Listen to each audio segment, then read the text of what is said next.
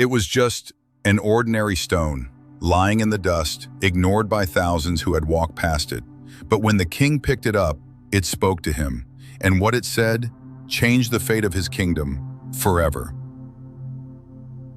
Once in a far-off land, there lived a king who had everything a man could desire: gold, palaces, armies, and the respect of his people.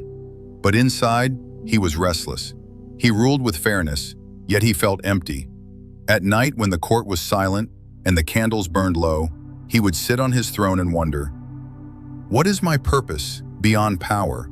What is the meaning of all this?"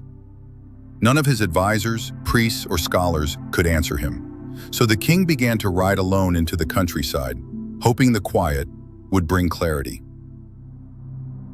One afternoon, as he rode along a narrow path through the hills, something caught his eye: a small, smooth stone lying in the dust. There was nothing remarkable about it. No shimmer, no strange markings. Just a gray stone. Yet the king felt compelled to pick it up. The moment his fingers closed around it, he heard a voice. It wasn't loud, it wasn't human. It was more like a thought that wasn't his own.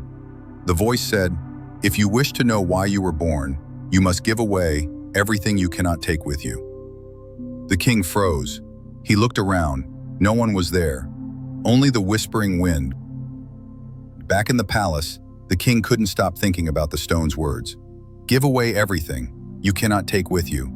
At first he thought it was nonsense, but the idea took root. What could he take with him beyond death? Not gold, not titles, not land.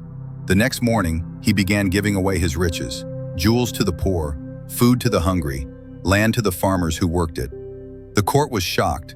Some thought he'd gone mad, others thought it was a trick, but the king felt lighter with every gift. Weeks later, he returned to the hill where he'd found the stone. He held it again, and once more, the voice spoke.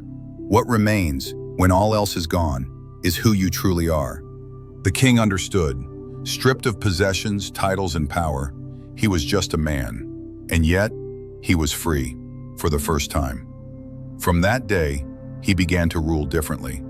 No longer from a throne above his people, but from their side, walking among them, listening, sharing meals. Years passed. On his final day, the king asked to be taken to that hill once more. He held the stone in his frail hands, smiled, and whispered, "Now I understand. You were never speaking to me. You were reminding me to speak to myself." When he passed, his people didn't remember him for his wealth or conquests. They remembered him as the king who ruled without needing to be a king. Sometimes, wisdom doesn't come from great books or mighty teachers. It comes from the smallest, most ordinary things, if only we're willing to listen.